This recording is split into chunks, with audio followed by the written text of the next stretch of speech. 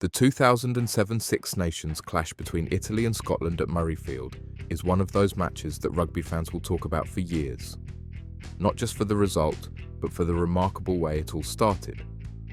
Italy, the perennial underdogs, arrived in Edinburgh with a chip on their shoulder.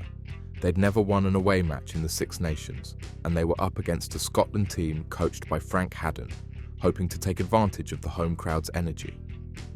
But what happened in the first 20 seconds of the game was a statement in itself. Scotland, in possession right from the kickoff, tried to play their way out of their own 22. Phil Godman, Scotland's fly half, attempted a high-risk chip over the top to relieve pressure, targeting the space behind the Italian defensive line. But Italy wasn't about to let anything go unnoticed. Enter Mauro Bergamasco, the Italian flanker known for his tireless work rate and physicality. He was already charging forward, anticipating exactly what Godman was about to do. As Godman kicked, Bergamasco charged it down with ease, the ball ricocheting off his body. And then came the opportunity. The ball spilled loose, and Bergamasco in a flash pounced on it, gathered it, and sprinted down the field.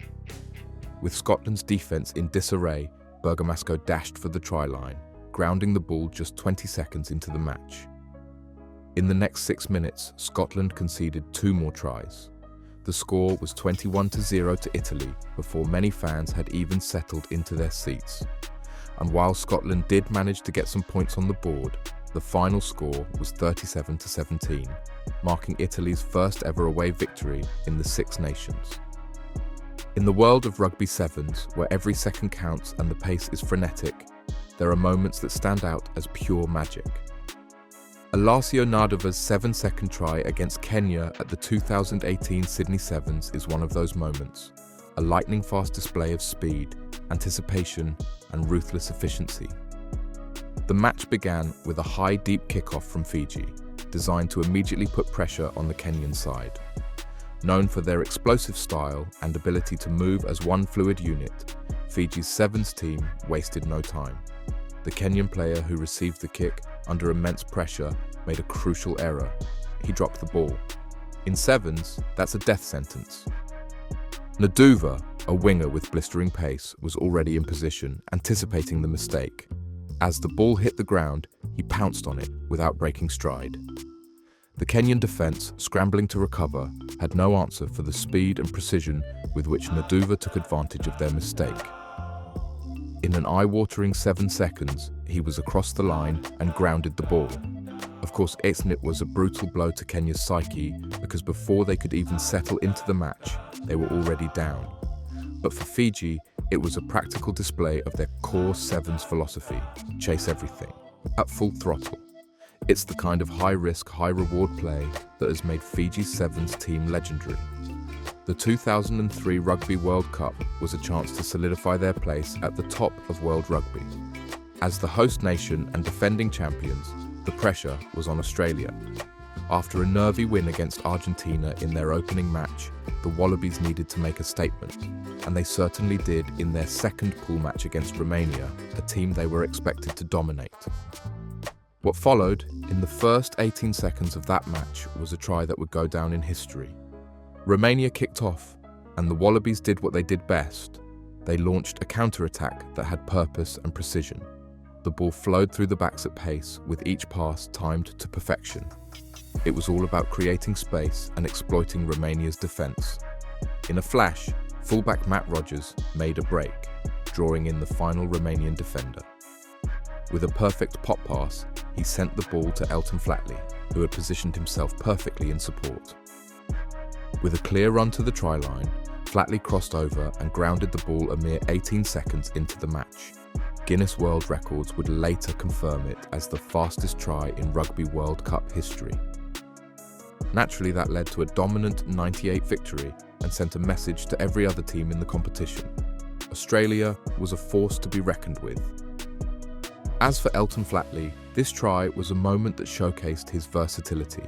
He was already known for his goal kicking, but here, he was finishing off an incredible move and proving that he was more than just a kicker. The 2015 Rugby World Cup was a tournament full of drama, but for Waisake Naholo, his opening try against Georgia was a story of personal triumph wrapped in raw athleticism. It was his first World Cup appearance, and a chance to prove his miraculous recovery was no fluke. Just months before the tournament, Naholo had suffered a fractured fibula, an injury that had many believing his World Cup dream was over. But Naholo wasn't done. In a controversial move, he returned to Fiji to seek traditional healing methods, a decision met with both skepticism and support. His recovery was nothing short of miraculous, and when All Blacks coach Steve Hansen selected him for the squad, it was a show of faith in his fitness and resilience. Naholo's first appearance in the tournament would be his chance to show that the All Blacks' trust had been well placed. The match kicked off, and as expected, New Zealand immediately went on the offensive, executing their fast-paced, attacking style of rugby. The ball quickly moved through the hands of the backs, creating gaps and shifting the defence. Then Naholo got his moment.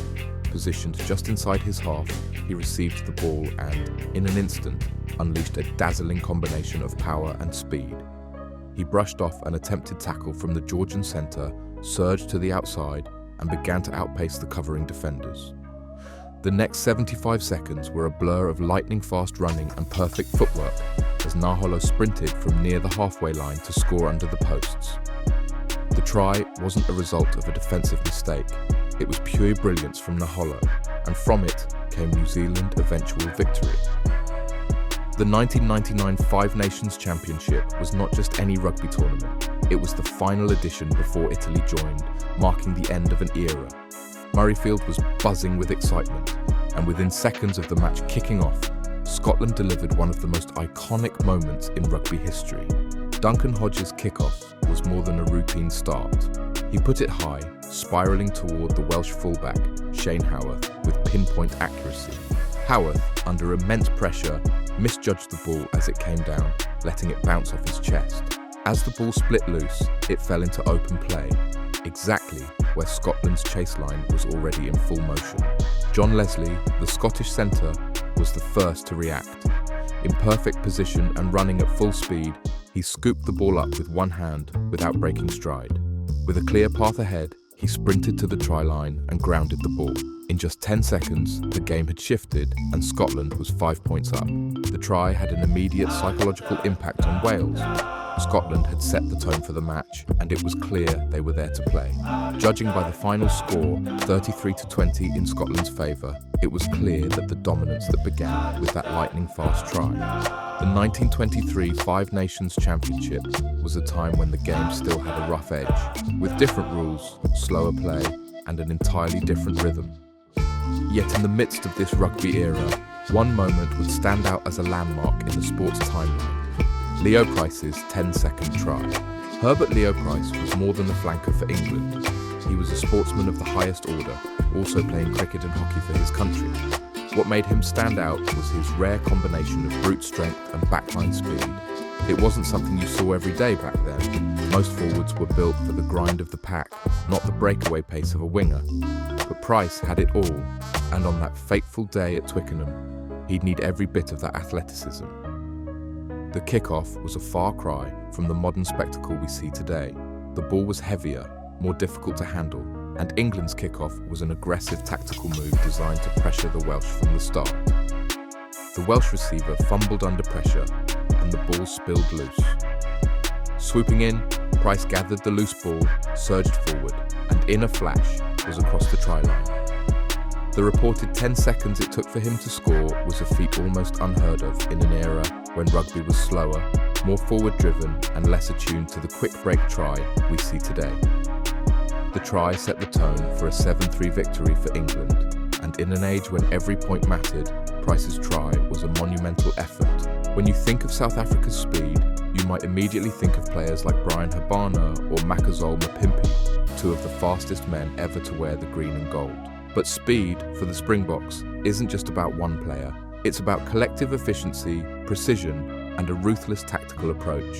And in their 2023 Rugby World Cup pool stage clash with Romania, South Africa showcased this in the most explosive way imaginable, setting a record for the fastest bonus point in Rugby World Cup history. the stakes were high. South Africa needed a try bonus point as quickly as possible to put them in a strong position in a pool that also included Ireland and Scotland. From the very first whistle, they went to work, relentless, clinical and fast. In just 12 minutes, they scored 4 tries, a record for the fastest bonus point ever secured in the tournament. The first try came after just over 2 minutes. Scrum half Cobus Reinach, ever alert, spotted a gap in the Romanian defence and darted through it to open the scoring. Then came Mapimpi, the speedster on the wing, who made the most of his pace and finishing ability to add another. Reinach wasn't done yet. He scored his second try shortly after, taking advantage of a turnover and showcasing his sharp rugby instincts. The fourth try, securing the bonus point, came from fly half Damian Willemse, who showed off his quick footwork, sidestepping defenders and sprinting to the line. Under the leadership of coach Jacques Nyanaba, the Springboks had clearly been drilled to start fast, and they delivered on that plan. The rapid-fire tries allowed them to control the game, rest key players, and build momentum for their next challenge against Ireland. 2014 IRB Junior World Championship opened with a bang, and it didn't take long for one of the most electrifying tries in tournament history to unfold. Wales U20 were up against Fiji U20, and although the Fijians were known for their flair, it was the disciplined Welsh side that would steal the spotlight with a moment of pure speed and opportunism. It all began with the Welsh kickoff, expertly placed by fly half Angus O'Brien. The ball was high, hanging just long enough to put pressure on the Fijian defence. But what followed was nothing short of a disaster for Fiji. The Fijian player receiving the kick misjudged it and let the ball bounce, an unforgivable mistake in rugby, where a bouncing ball can take any shape or direction. And it did. The ball bounced straight into the path of Darfyd Howells, who was already sprinting full speed, anticipating the mistake. Howells didn't hesitate. In one fluid motion, he scooped the ball up and was gone, racing toward the try line with Fijian defenders in hot pursuit, but scrambling in confusion. From the moment the referee blew the whistle to when Howells dotted the ball down, a mere 7 seconds had passed. The crowd was stunned, and Howells had already created one of the fastest tries in international rugby. Howells' lightning-quick reflexes and the Welsh chase line were key, but the Fijian error allowed them to turn the game on its head instantly. The try gave Wales an immediate psychological advantage and helped them on their way to a dominant 48-19 victory. That's a wrap on the world's fastest tries. Please subscribe to our channel so you can watch more of our exciting videos.